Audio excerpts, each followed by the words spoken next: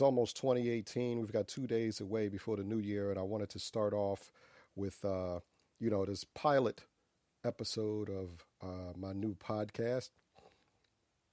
My plans are for 2018 that the Fathering Circle will be able to kick off a new podcast where we go in every week with fathers and mothers talking about parenting and socialization and how we can deconstruct our socialization in a way to address some of the negative effects that it has on us, and specifically as men. You know, one of the purposes of the Fathering Circle is to examine masculinity in a way that men are socialized, both in being prepared to be fathers and not being prepared to be fathers.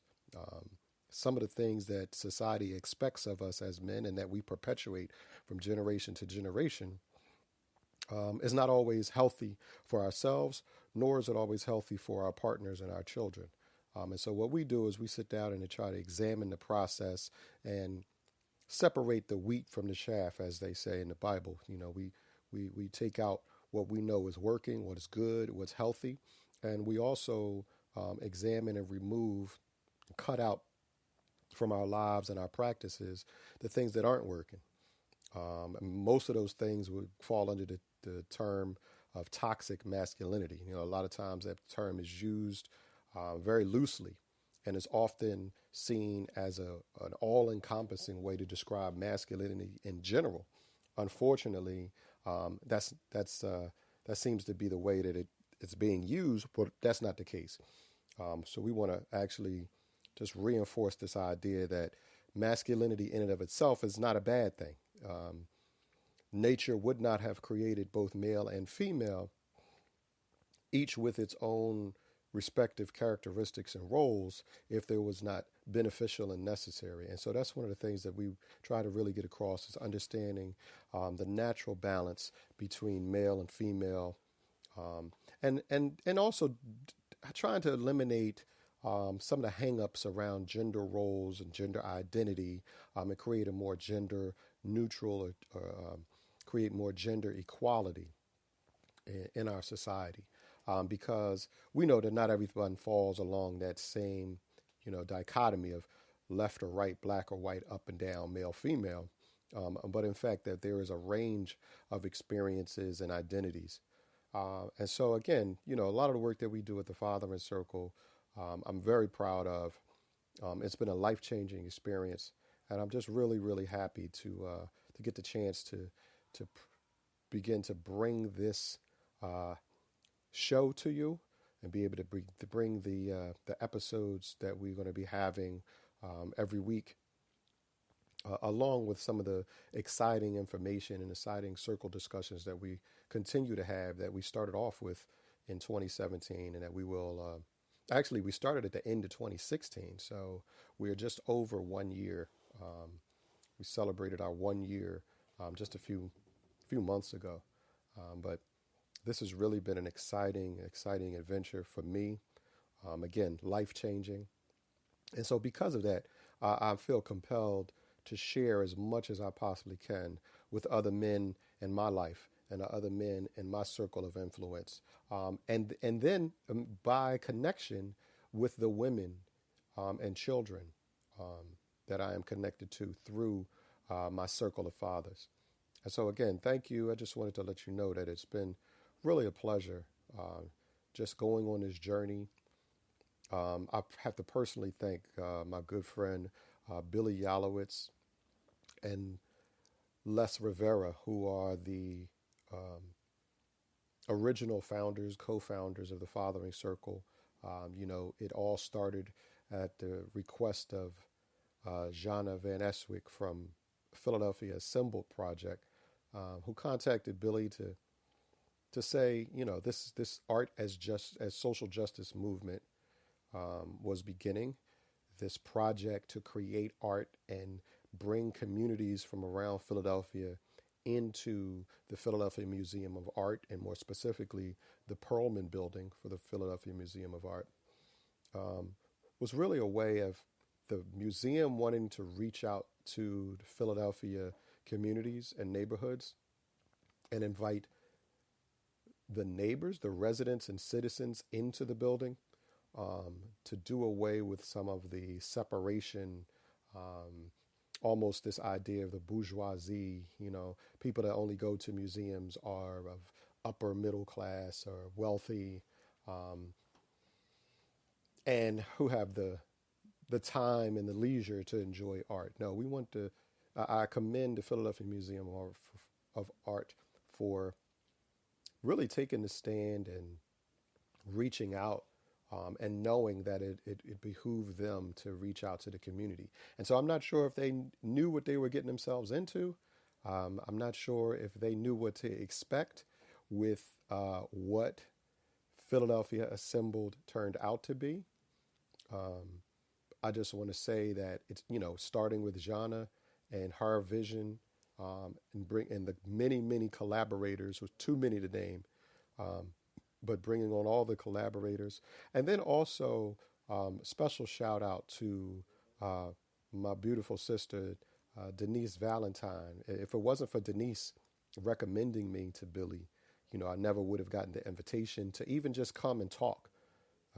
Originally, the reason why I was invited was because I was a father, and I've been involved in fatherhood and family activism and engagement for many years. I'm a very proud father of 5 children, more so if you count all the adopted children and friends of children and children who I've mentored or children who I've taught in some kind of way over the years.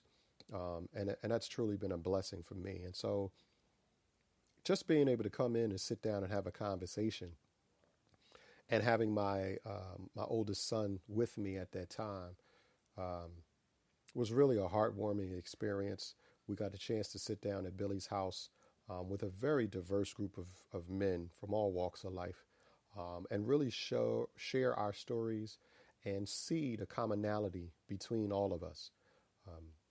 I think that's one of the things that makes the Fathering Circle such a powerful organization, such a powerful movement, is that we are able to sit down and communicate, from a very basic human level. That is the role of a father.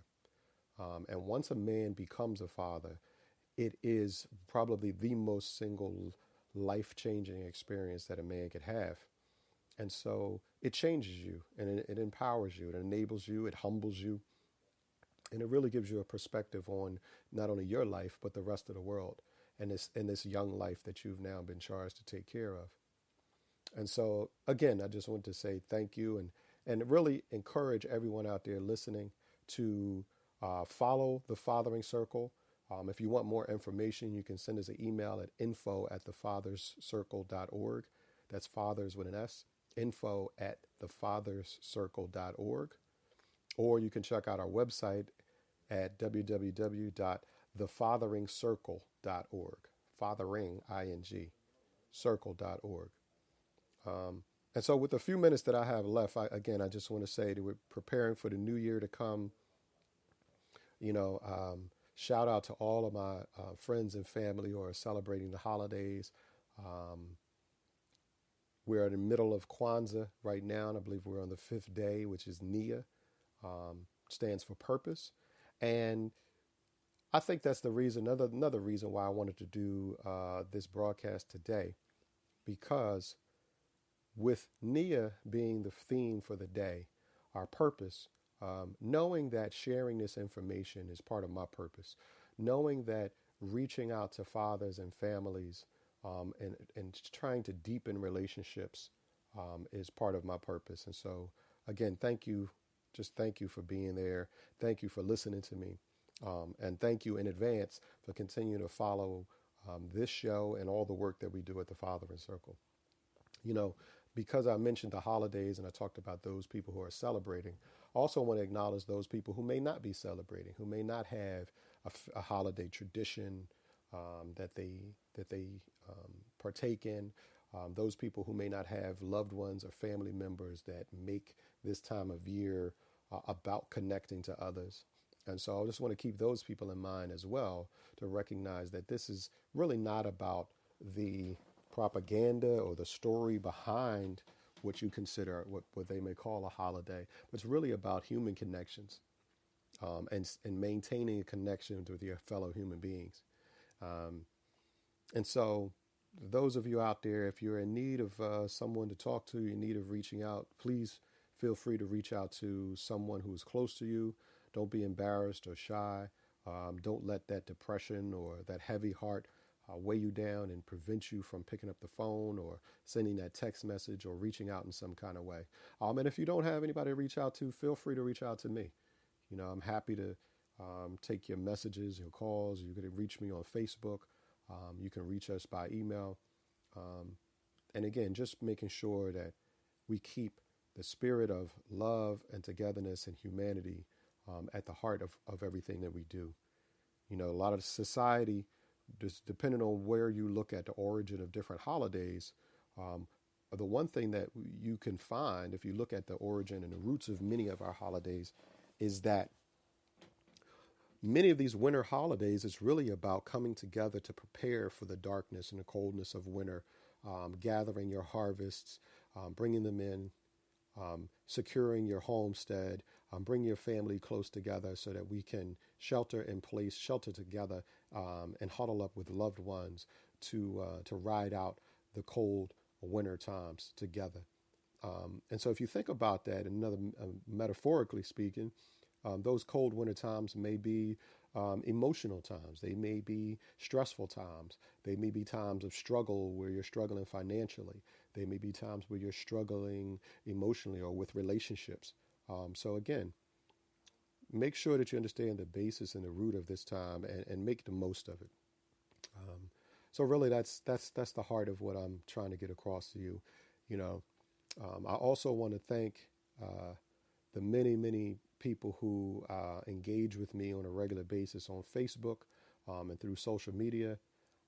It really, for me, I'm one of those people that have struggled for years with depression during this season. And thankfully, I've managed to be able to manage it, overcome a lot of it. And it's through the grace of God and through the strength of some of very special friendships who were able to kind of continue to check on me. And so I'm speaking from experience. So I want all of you out there to recognize that you are important to someone. You are the light in someone's life, whether you know it or not. And it's important for you to stand in your truth and stand in your light and be a beacon, be an example, be your better self as often as you possibly can, and to think of others, and to serve. That's one of the number one ways that I was able to overcome my stress and struggles this year. So to all of you, I really wish you a brand new, righteous, profitable 2018. I hope your new year is filled with joy and laughter and good times, and success, however you define it. I really wish that for the most for you. And I'm going to be working on establishing some clear-cut goals for myself. I'm going to be moving more towards, some more financial freedoms and independence, but also expressing myself and sharing more with my community. So I encourage you all to do the same. Again, it's a pleasure to be able to share this information with you. And please make sure you stick around and join us for 2018 and all the wonderful things we have coming. Look forward to talking to you.